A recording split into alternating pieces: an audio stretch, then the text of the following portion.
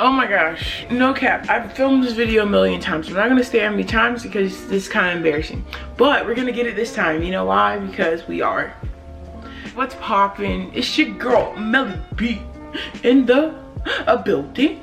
For those that don't know, I'm Melanie Griffin, also known as Melly B or Mel. Everybody calls me Mel. You can call me Mel. I am a YouTuber and I'm black. Oh, seriously though, I really like making content, and you know, I love seeing new people join the creative bunch gang. You feel me?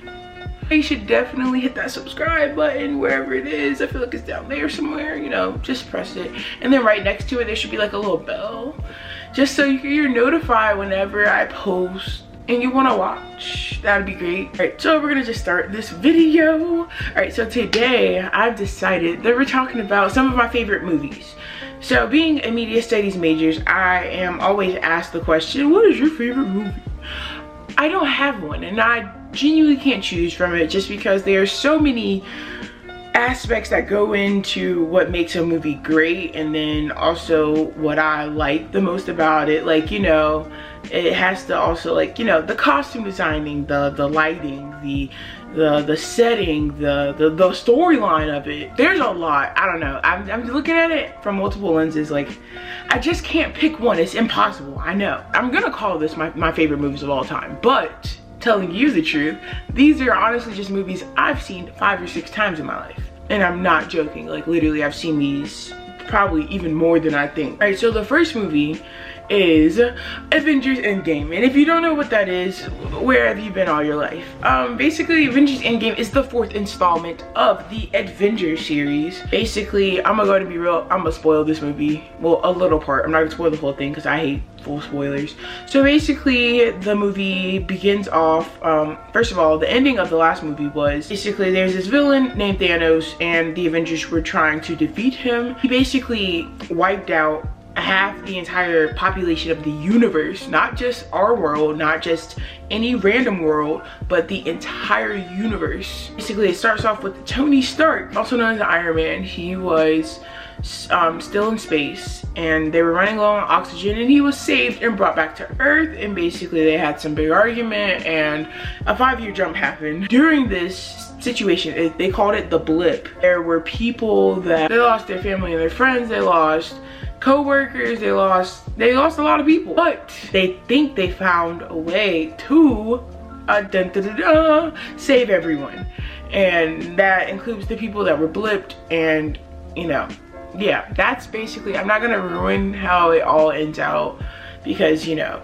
a lot of you probably know, but you know, I love you 3000. Oh, that was a super dope movie. I remember I ordered my tickets for this movie 2 months in advance. Me and my friend Zeta went, and it was probably the best movie experience of my entire life.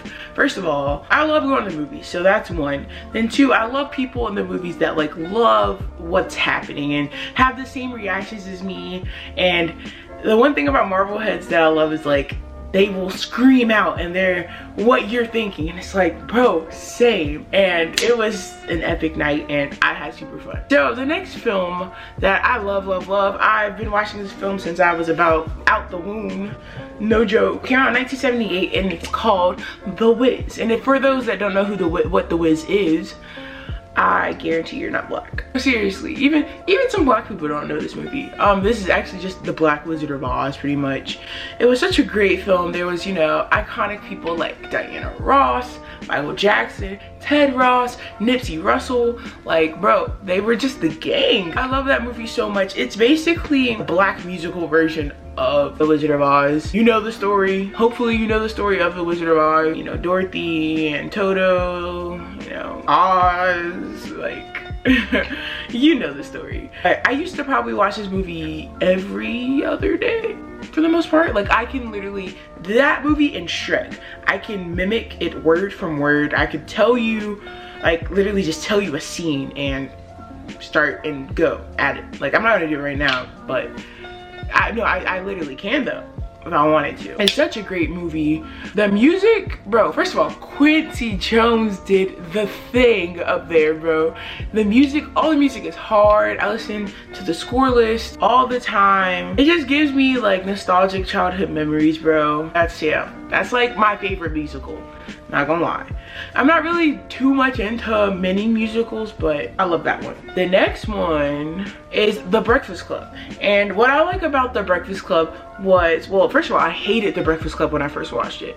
For those that don't know what The Breakfast Club is, this was a 1980s film directed by the one and only John Hughes. I hated that movie at first. It's basically about a group of teenagers that are given detention and they must spend a whole Saturday at school for 8 hours. First of all, did they actually do that back then? Like, that's a genuine question I have. Because that sounds like torture. No, genuinely, it sounds like true torture. But it was such a good movie after a while. I hated it at first just because I didn't understand what was happening or why it was happening.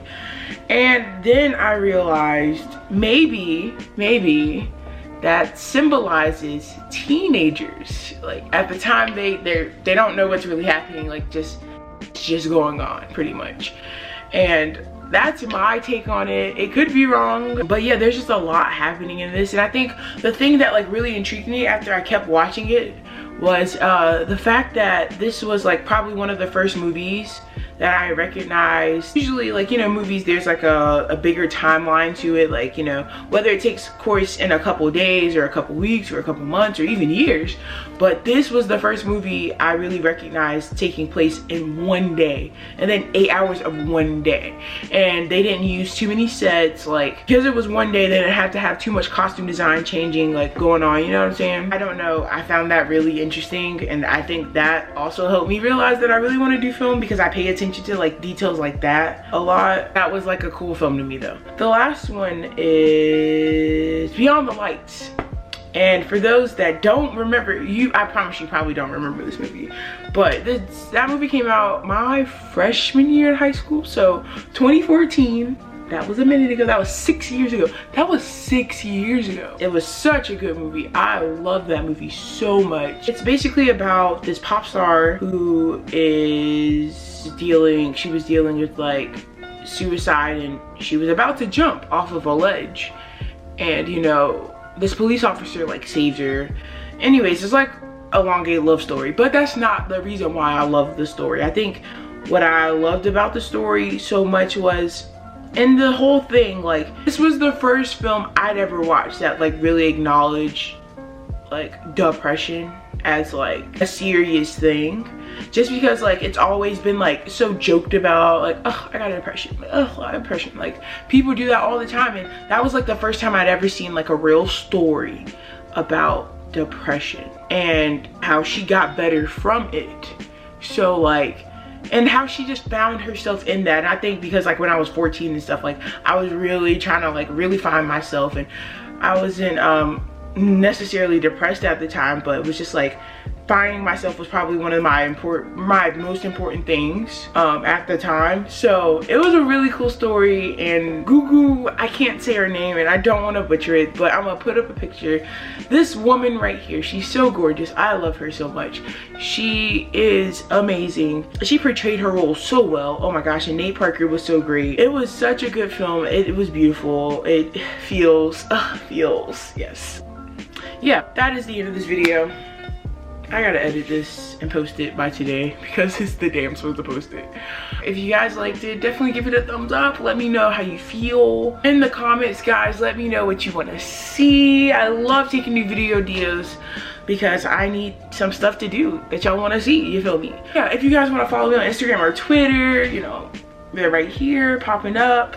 It's both at melaniebgriffinbusiness, just to get to see my day-to-day life more. And that sounds like that's it, really, being honest with you. You guys are beautiful. You guys are amazing. I hope you guys are staying safe, washing your hands, staying away from people. Social distancing, super important right now. I know things are beginning to open up, but definitely the CDC still advises everyone to stay in and stay away. Please do not go out if you don't have to. If you have to go get food, it's okay. I understand.